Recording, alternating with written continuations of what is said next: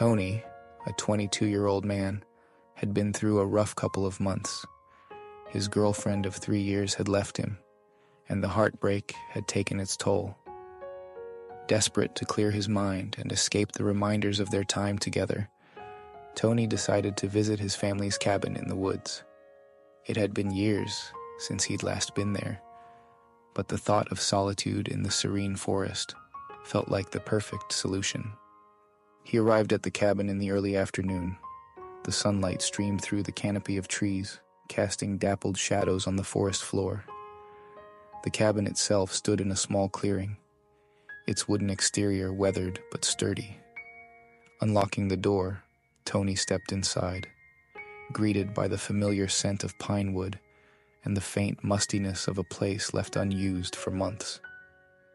It reminded him of the summers he'd spent here with his family, and for a moment, he felt a sense of comfort. The first day was uneventful.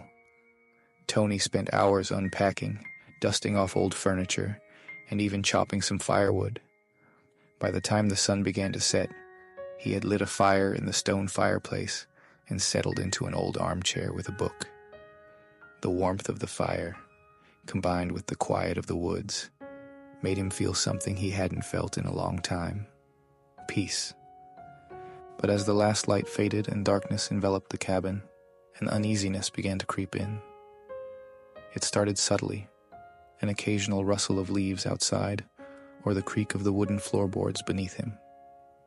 He dismissed it as his imagination, or the natural sounds of the forest.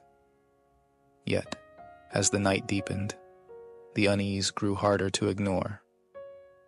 Around midnight, just as Tony was drifting off to sleep, a faint scratching sound at the back of the cabin jolted him awake. He froze, his breath catching in his throat. The sound was subtle, like claws lightly raking against wood. For a moment, he thought it might be a raccoon or some other animal. But as he listened, the scratching grew more deliberate, as if whatever was outside was testing the cabin's defenses. Then, just as suddenly as it had started, the sound stopped. Tony convinced himself it was nothing. He locked the door, double-checked the windows, and climbed into bed, but sleep didn't come easily. Every creak, every gust of wind seemed amplified in the silence. At around 2 a.m., a loud thud against the cabin wall startled him upright. Heart pounding, Tony grabbed the flashlight he'd left on the nightstand and crept to the window. The beam of light illuminated the yard, but nothing seemed out of place.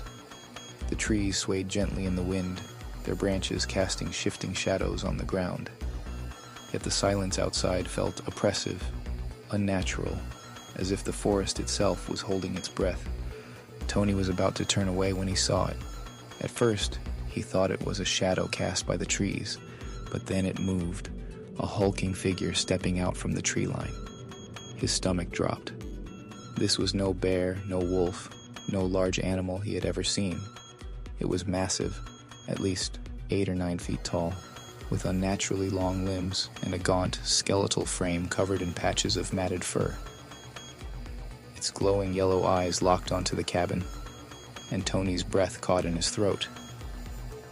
The creature stood there for a moment, unmoving, as if sizing up the cabin. Its head tilted unnaturally, almost as if it were studying him. Then, it began to move closer, its steps slow and deliberate. Tony couldn't tear his eyes away from the horrifying sight.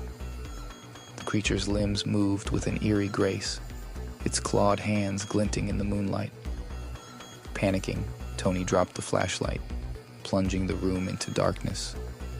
He scrambled to lock the windows, his hands trembling so badly he could barely turn the latch. Outside, the creature let out a low growl, a sound so deep it seemed to vibrate through the walls. Then came the scratching, louder and more aggressive than before. It moved from wall to wall, circling the cabin, its claws raking against the wood. The growling grew louder, almost as if the creature was taunting him. Then came a loud bang against the front door. Tony screamed, retreating to the farthest corner of the room, clutching a kitchen knife he'd grabbed earlier. He could hear the creature's heavy breathing, its footsteps pacing just outside the door. And then, silence. Tony held his breath, straining to listen. For a moment, he thought it might have gone, but then the window behind him shattered. Tony spun around, catching a glimpse of the creature's massive arm retreating through the broken glass. It was testing him, playing with him, and Tony felt utterly helpless. The attack lasted for what felt like hours, but in reality, it was likely only minutes. Just before dawn, as the first rays of sunlight pierced through the trees, the creature stopped. Tony heard its footsteps retreat into the woods, the sound fading into the distance. He didn't move until the cabin was bathed in full daylight.